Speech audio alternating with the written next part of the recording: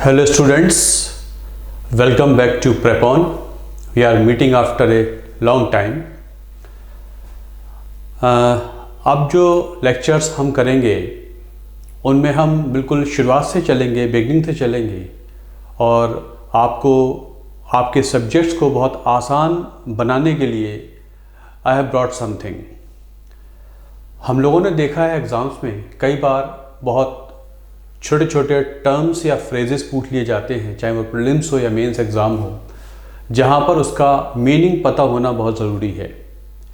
अगर हमें उसका राइट मीनिंग, राइट सिग्निफिकेंस नहीं पता होगा तो हम उसका सही इस्तेमाल नहीं कर सकते। प्रीलिम्स एग्ज़ाम होगा तो 4 ऑप्शंस इतने मार्जिन पे होते हैं तो उनको हम राइट चूज़ नहीं कर सकते। मेंस एग्ज़ाम होगा तो बिना कीवर्ड्स के मेंस एग्ज़ाम का आंसर अच्छा होता ही नहीं है और नंबर अच्छे मिलेंगे नहीं। तो ये की फ्रेज और की टर्म्स जानना आपके लिए बहुत ज़रूरी है। इसलिए अब जो मैं लेक्चर्स लेके आ रहा हूँ उसमें मैं आपके लिए हिस्ट्री और पॉलिटी में जितने भी इम्पॉर्टेंट की फ्रेजेस और टर्म्स हैं उनको एक्सप्लेन करने के लिए ला रहा हूँ। हम NCERTs पढ़ते हैं, कुछ बुक्स पढ़ते हैं, हमारी सब समझ में आता है। कई बार ऐसा भी होता है कुछ टर्म्स हमको आधी समझ में आती हैं या नहीं समझ में आती हैं, हम बिना उनकी चिंता किए आगे बढ़ जाते हैं और समझते हैं कि हमने सब्जेक्ट को ठीक से समझ लिया। समझ में तो आ जाता है लेकिन सब्जेक्ट का फुल इम्पोर्ट, फुल मीनिंग आपको नहीं मिलता, नॉलेज आधी अधूरी रह जाती है। तो आपका काम आसान बनाने के लिए, ताकि सब्जेक्ट या बुक आपकी बहुत अच्छी तरीके से समझ में आए, तो जितने उसमें उस सब्जेक्ट से संबंधित की फ्रेजेस और टर्म्स होते हैं उनको एक्सप्लेन करने के लिए I have devised a series of lectures both for Indian polity and Indian history. आप समझ रहे होंगे मैं आपको क्या देने वाला हूँ। It is about the terminology, terms and phrases, keywords for both the subjects history and polity. चलिए करते हैं। सबसे पहले लेते हैं Indian polity. So certain keywords, these keywords are very very important.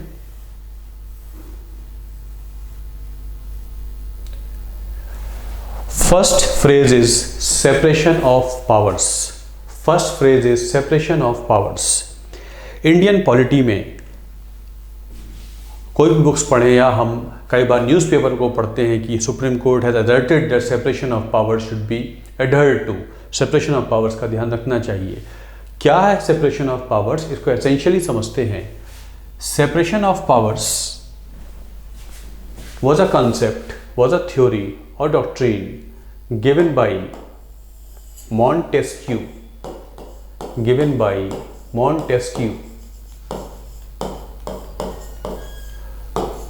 He enunciated, he said, there are 3 organs in a political system. Political system में 3 organs होते हैं, एग्जीक्यूटिव, लेजिस्लेचर एंड जुडिशरी। मतलब कार्यपालिका, विधानपालिका और न्यायपालिका। अब इनके काम क्या होते हैं? Executive executes law, executive law को एग्जीक्यूट करता है, ये एडमिनिस्टर करता है देश को, ये उस एंटिटी को एडमिनिस्टर करता है by the application of law. तो जो गवर्नमेंट होती है, जैसे central government is central executive, state government is state executive, कार्यपालिका it administers laws, it applies laws so that the country can be administered well. तो ये लॉ अप्लाई करता है, एग्जीक्यूट करता है, कार्यपालिका है। ये लॉज बनाता कौन है? विधानपालिका, legislature, it frames the laws, ये लॉज फ्रेम करता है। Central legislature is parliament of India, parliament के कानून पूरे भारत पे लागू होते हैं। State legislature frames laws for the state, अगर गुजरात ने लॉ बनाए हैं तो गुजरात में ही लागू होंगे। यूपी लेजिस्लेचर ने लॉ बनाया है, ये इस लव जिहाद पे या मैरिजेस नहीं हो सकती तो वो यूपी में ही लागू होगा, उनका वो टेरिटोरियल ही जुरिडिक्शन है। इस तरीके से लेजिस्लेचर होता है, it frames the laws. Form laws बनाए हैं पार्लियामेंट ऑफ इंडिया ने, तो फार्म लॉज हैं, तो लॉज की मदद से ही सरकारें रूल करती हैं। तो it frames the laws, it legislates, legislate का मतलब होता है टू फ्रेम द लॉ। अब किसी भी सिस्टम में ऐसा संभव तो है नहीं कि डिस्प्यूट्स अराइज ना हो, तो एडजुडिकेशन, डिस्प्यूट सेटलमेंट फोरम जो होता है उसे कहते हैं जुडिशरी, न्यायपालिका। ये जस्टिस प्रिवेल कराता है 2 ग्रुप्स के बीच में, हमारे आपके बीच में भी हो सकता है, हमारे गवर्नमेंट के बीच में भी हो सकता है, या दो स्टेट गवर्नमेंट्स या सेंट्रल स्टेट गवर्नमेंट के बीच में भी हो सकता है, उसको सॉल्व कराने वाली संस्था कहलाती है judiciary. All these three organs work under the law. It also operates under the law. So all the three have to work as per the law. This functional distribution of powers, ये functions इनके decide कर दिए हैं। इस पूरी governance के 3 functions हैं। Executive आप देखेंगे, लेजिस्लेशन आप देखेंगे, जुडिशियल कंपोनेंट आप देखेंगे। ये फंक्शनल डिस्ट्रीब्यूशन ऑफ पावर्स कहलाता है separation of powers given by French political scientist called Montesquieu, जिससे कन्वीनियंस हो जाती है और इंटरफेरेंस इंटरवेंशन बेवजह आपस में नहीं हो सकता। You look after your own domain, you look after your own domain, you look after your own domain. This is called separation of powers. All the three work under the law, meaning thereby all the organs of the governance have to work under the law. कोई भी कानून के बाहर काम नहीं कर सकता। And the law has to work under the, constitution. And the law has to work under the constitution.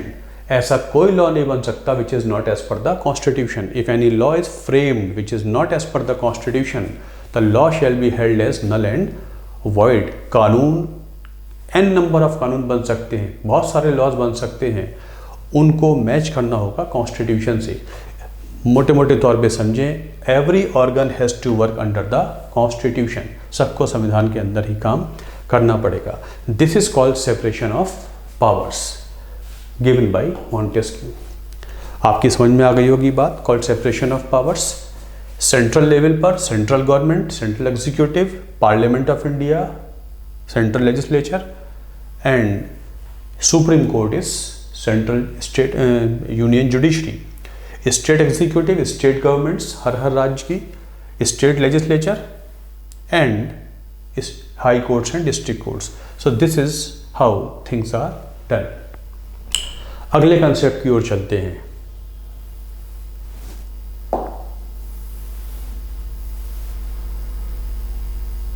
Now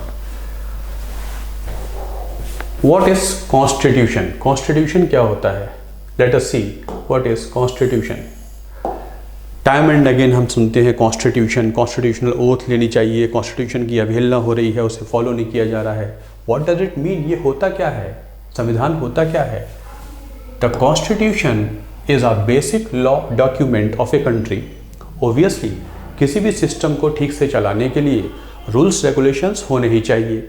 बिना रूल्स रेगुलेशंस के लिए चलेंगे आप तो डिसऑर्डर हो जाएगा, है ना, अराजकता भी हो सकती है, अनार्की भी हो सकती है। इसलिए किसी सिस्टम को चलाने के लिए हम रूल बना लेते हैं, नियम बना लेते हैं। जब हम देश के संदर्भ में बनाते हैं तो उसे कॉन्स्टिट्यूशन कह देते हैं, जैसे भारत का संविधान है। तो बेसिकली होता है कॉन्स्टिट्यूशन, ये देश का बेसिक लॉ होता है, अल्टीमेट लॉ होता है, बेसिक लॉ डॉक्यूमेंट होता है। अब इसमें होता क्या है, क्या कोशिश करता है, ये मैंने बताया। ऑर्डर बेस्ड सिस्टम चले, ठीक से सिस्टम चले, प्रॉपरली सिस्टम चले, उसको चलाने के लिए रूल्स बना लेते हैं।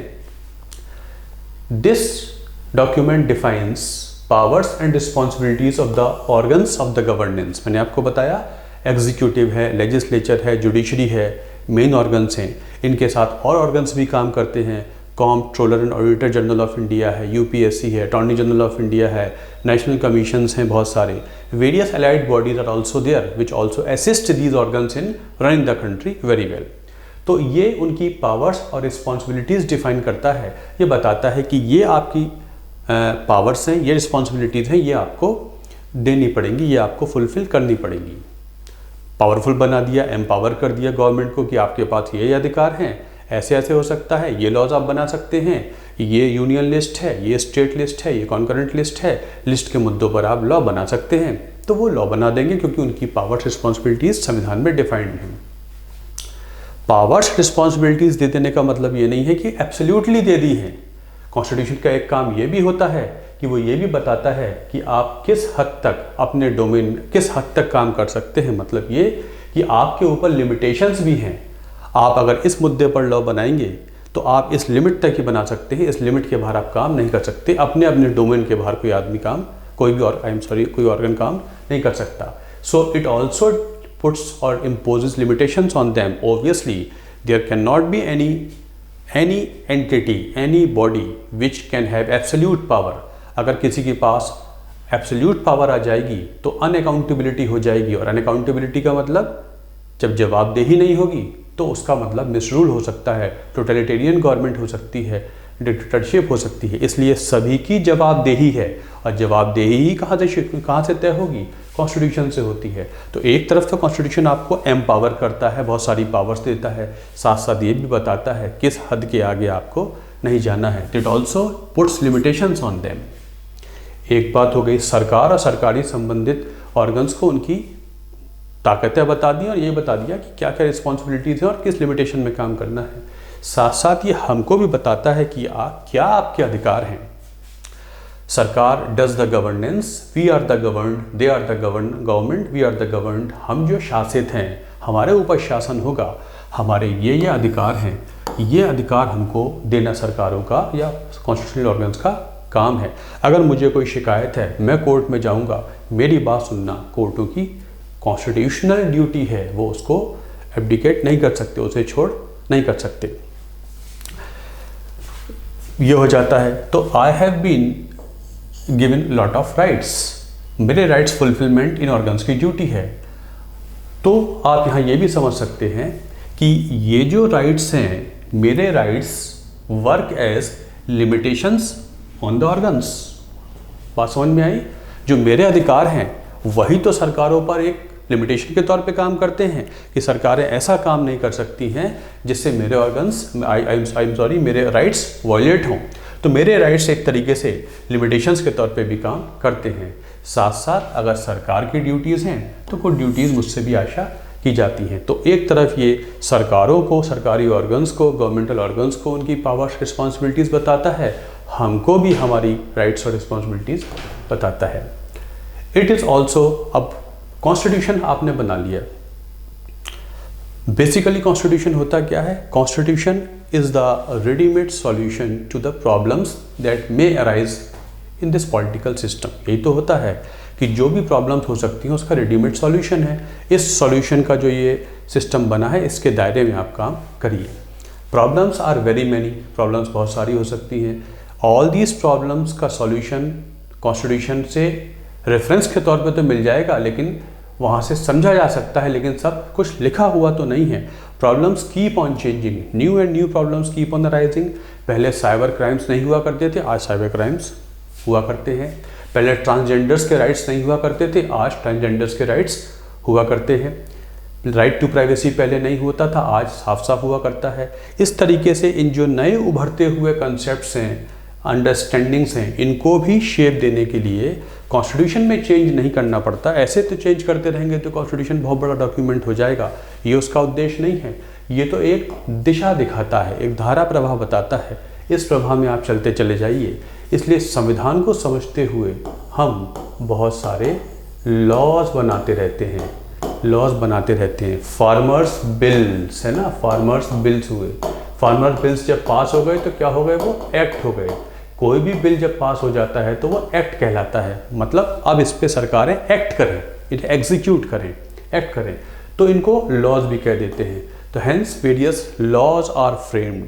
तो various laws can be very many. So the constitution and laws together, all these instruments are the things which help in the governance of the country. इसलिए ये जो दो पॉइंट हैं इनको आप समझिए। जब भी कहते हैं लॉज हुआ करते हैं तो what is the source of framing law? मैंने आपको बताया law is always framed with reference to the constitution. ऐसा कोई लॉ नहीं बन सकता जो संविधान के अनुसार ना हो। कोई भी लॉ संविधान के अनुसार हो अगर नहीं होगा तो उसे supreme court null and void कर देगा। क्लियर? इसलिए द बेसिक रेफरेंस और the source of framing law is the constitution. Law has to match the spirit of the constitution. इसलिए अगर कोई लॉ बनाया गया है, उसको चेक करना है कि लॉ सही है या नहीं है, तो सुप्रीम कोर्ट जुडिशियल रिव्यू कर देता है उस लॉ का और देखता है कि कॉन्स्टिट्यूशन के अनुसार है या नहीं है। इसलिए the validity of all the laws is also checked with reference to the constitution. कानून को चेक करना है कि ये कानून सही बना है नहीं बना है, तो उसे हम भी संविधान की कसौटी पे चेक कर लेते हैं। वहाँ खरा उतरता है तो सही है, नहीं तो सुप्रीम कोर्ट उसे ज़ीरो कर देता है, पार्लियामेंट को बोल देता है लेजिस्लेचर को बोल देता है कि आप इसको रिविजिट कीजिए, इसको इम्प्रूव कीजिए। इसलिए लॉ कैसे बनेगा, लॉ किस रेफरेंस में बनेगा, ये भी होता है कॉन्स्टिट्यूशन। अब आपको ये बता दिया गया कि कॉन्स्टिट्यूशन होता है, तो कॉन्स्टिट्यूशन हमने बहुत अच्छा बना लिया, इसका मतलब गारंटी है कि हमारे देश में सुशासन होगा ही होगा, ऐसा नहीं है। कॉन्स्टिट्यूशन मीनिंगफुल तब हो सकता है जब दो बातों का ध्यान रखा जाए। पहला तो ये कि कॉन्स्टिट्यूशन जो बना है वो किन के हाथों में है, उसे इस्तेमाल करने वाले लोग कौन हैं। Those who are using it are what type of people. If the people who have the constitution are not the good people, they do not want to abide by the constitution, वो संविधान को ठीक से follow नहीं करते हैं, तो फिर संविधान अपना ट्रू मीनिंग नहीं दिखा सकता। संविधान ट्रूली यूज़फुल तब होगा, उसकी यूटिलिटी तब दिखाई देगी जब उसको इस्तेमाल करने वाले सही हों या किस तरीके से उसका वो इस्तेमाल करते हैं। अगर उसको वो ठीक से इस्तेमाल नहीं करते हैं तो संविधान अच्छा कितना भी हो उससे फ़ायदा नहीं होगा। इसलिए चाहे वो गवर्नमेंट ऑर्गन्स हो या एज द पीपुल हम लोग हों, अगर हम संविधान के प्रिंसिपल्स को फॉलो नहीं करेंगे तो संविधान होने का कोई फ़ायदा नहीं है। तो एक तो इस पे डिपेंड करेगा कि कॉन्स्टिट्यूशन को कैसे ऑपरेट करते हैं उस देश में, तब वो मीनिंगफुल हो सकता है। दूसरा, संविधान को समझने का काम सुप्रीम कोर्ट के पास है, जहाँ तक so far as India is concern.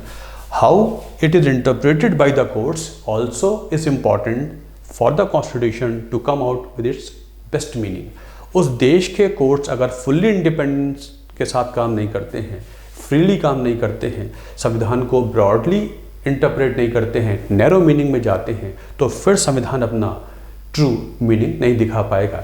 इसलिए उस देश के कोर्ट इसके एसेंस को समझें, ब्रॉडली इंटरप्रेट करें, बताएं कि राइट टू लाइफ में ही राइट टू प्राइवेसी भी छुपा हुआ है। Everybody has got his right to life, right to autonomy. जिस धर्म को चाहे फॉलो कर सकता है, जैसी चाहे मैरिजेस हो सकती हैं, सेम सेक्स रिलेशनशिप हो सकती है, right to freedom of speech हो सकता है। तो ये सुप्रीम कोर्ट निकाल के बताएगा कि संविधान एसेंशियली क्या कहता है, उसके आर्टिकल्स में क्या मीनिंग छुपा हुआ है। तो ये दोनों पहलू अगर अंडर फंक्शन कर रहे हैं तो संविधान आपको बहुत अच्छा दिखाई नहीं देगा। इसलिए कह देते हैं a very good constitution will come out to be a bad one if it is in the hands of bad people. At the same time, if a very bad constitution is given to good people, they will ultimately make it a good constitution. इसलिए संविधान इस्तेमाल करने वाले भी उतने ही wise हों जितना wisdom दिखाया है उसे बनाने वालों ने। तो बेसिकली शॉर्ट में ये होता है constitution, but the ultimate aim of the constitution is to do what, is to establish the rule of law. देश में रूल ऑफ लॉ होना चाहिए, रूल होना चाहिए, गवर्नेंस होनी चाहिए, governance should be under the law. Law का मतलब क्या होता है? लॉ का मतलब है जवाबदेही, अकाउंटेबिलिटी। किसी को एब्सोल्यूट पावर नहीं दे सकते। अगर जवाबदेही नहीं होगी तो हो सकता है पावर का मिसयूज होने लगे। तो हर जिसके पास पावर है उसके पास अकाउंटेबिलिटी भी है, जवाबदेही है।